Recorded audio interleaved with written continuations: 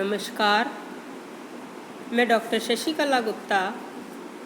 आज हम स्टार्ट करेंगे BSc part third, paper third, और उसमें हम चैप्टर स्टार्ट कर रहे हैं फोटो केमिस्ट्री, प्रकाश रसायन। Photo chemistry is the branch of chemistry which deals with the chemical study of the processes that occur when a material is absorbed by radiation from an external source। यानी वे अभिक्रियाएं जो प्रकाश विकिरणों के अवशोषण से संपन्न होती है, प्रकाश रासायनिक अभिक्रियाएं कहलाती है।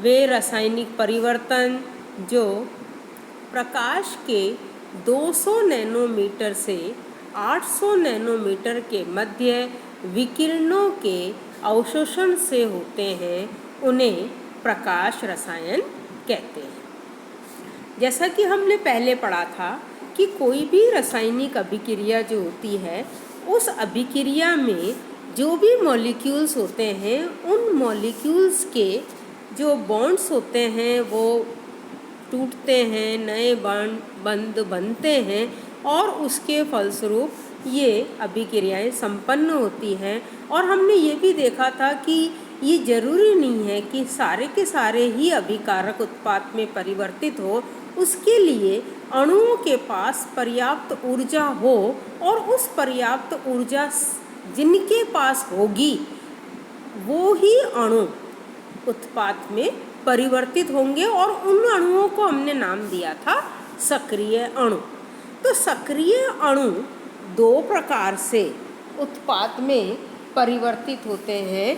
दो प्रकार की उनमें ऊर्जा प्रदान की जाती है और उससे वो उत्पाद में परिवर्तित होते हैं। एक है ऊष्मीय ऊर्जा और दूसरी है उनके लिए प्रकाशीय ऊर्जा। जब वो ऊष्मीय ऊर्जा, यानी पहले हम ये देखें ये ऊष्मीय ऊर्जा क्या है। यानी ये जो रिएक्शंस हैं ये दो तरह की है। एक तो है थर्मल रिएक्शन और एक है फोटोकेमिकल रिएक्शन। थर्मल रिएक्शन या जिसे हम ऊष्मा ऊर्जा अभिक्रिया कहते हैं, और फोटोकेमिकल रिएक्शन या प्रकाश रासायनिक अभिक्रिया। तो पहले हम देखते हैं ऊष्मा ऊर्जा अभिक्रिया।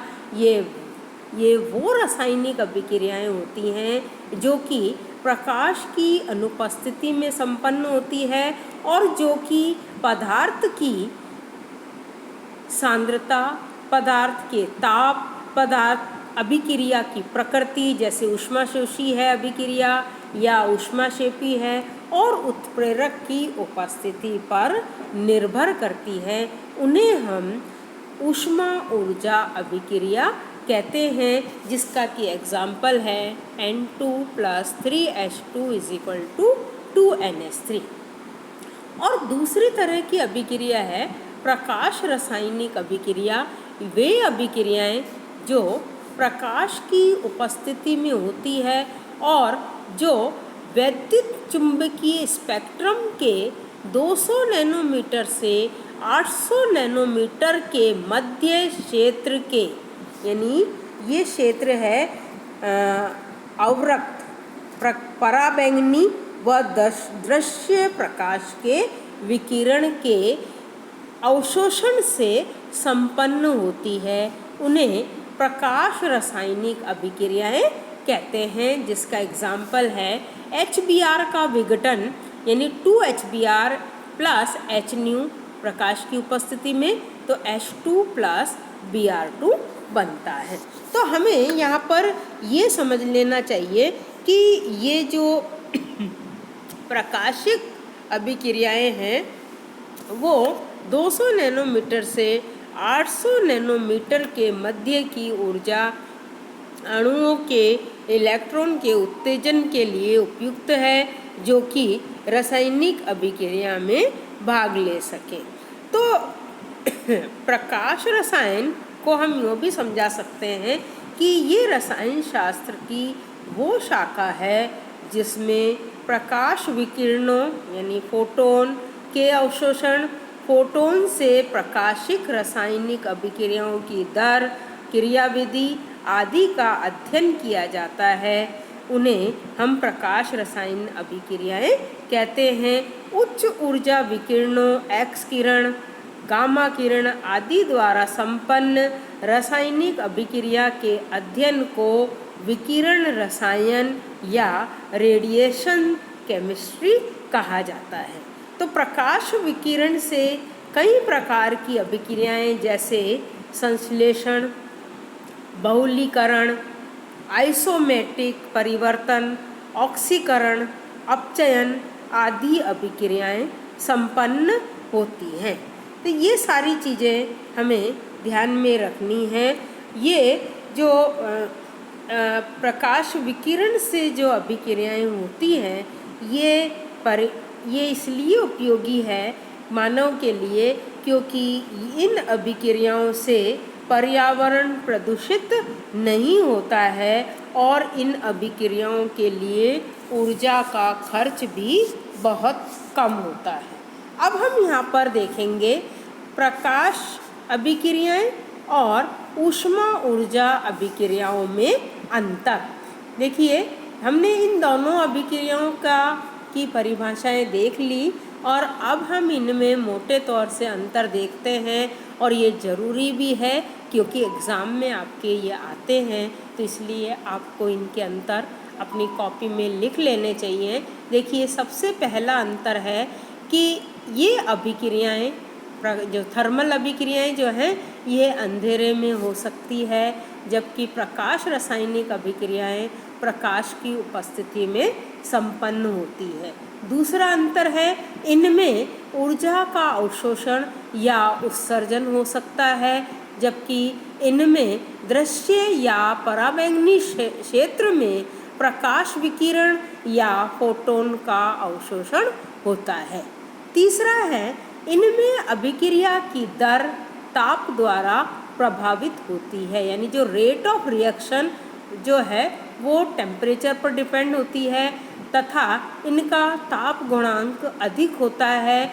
ये अभिकारक की सांद्रता और उत्प्रेरक से प्रभावित होती है, जबकि जो प्रकाश रासायनिक अभिक्रियाएं हैं इनमें अभिक्रिया की दर ताप से लगभग अप्रभावित होती है, लेकिन ये प्रकाश तीव्रता पर निर्भर करती है और इनका ताप गुणांक बहुत ही कम होता है। चौथा अंतर है इनमें मुक्त ऊर्जा जिसे हम डेल जी कहते हैं में परिवर्तन नेगेटिव होता है, ऋणात्मक होता है और ये रिएक्शंस जो होती हैं ये स्पॉन्टेनियस या स्वतः प्रवर्तित अभिक्रियाएं होती हैं, जबकि जो प्रकाश रासायनिक अभिक्रियाएं हैं उनमें डेल जी नेगेटिव नहीं होता है, अर्थात मुक्त ऊर्जा में वृद्धि होती है क्योंकि अणु विकिरणों को अवशोषित कर उत्तेजित अवस्था ग्रहण करता है और ये अभिक्रियाएं नॉन स्पॉन्टेनियस होती हैं, यानी ये स्वतः प्रवर्तित नहीं होती। पांचवा अंतर है ये प्रकृति में सरल होती है और जबकि प्रकाश रासायनिक अभिक्रियाएं प्रकृति में जटिल होती है। छठा अंतर है ऊष्मा रासायनिक सक्रियण सामान्यतः चयनित या जिसे हम सेलेक्टिव कहते हैं नहीं होते हैं, जबकि प्रकाश रासायनिक ये चयनित होते हैं, अर्थात विशेष प्रकार के विकिरण अवशोषित कर विशेष बंध या समूह को उत्तेजित करते हैं। सातवां अंतर है ये उत्प्रेरक की उपस्थिति में त्वरित किए जा सकते हैं, जबकि जो प्रकाश रासायनिक अभिक्रियाएं हैं ये प्रकाश संवेदक जिसे हम फोटोसेंसिटाइजर कहते हैं की उपस्थिति में प्रारंभ किए जा सकते हैं तथा ये उत्प्रेरक की तरह कार्य करते हैं। और आखिरी अंतर है आठवां, इसमें ऊर्जा की आवश्यकता 10 टू द पावर 4 से 10 टू द पावर 5 कैलोरी पर मोल के परास में होती है, जबकि विकिरण ऊर्जा तरंग दैर्ध्य 200 एनम यानी नैनोमीटर से 800 नैनोमीटर अर्थात 23 से 230 किलो कैलोरी पर मोल होती है। तो ये अंतर है जिन्हें आप अच्छे से याद कर लीजिए। आगे हम कल देखेंगे फोटोकेमिस्ट्री। Thank you.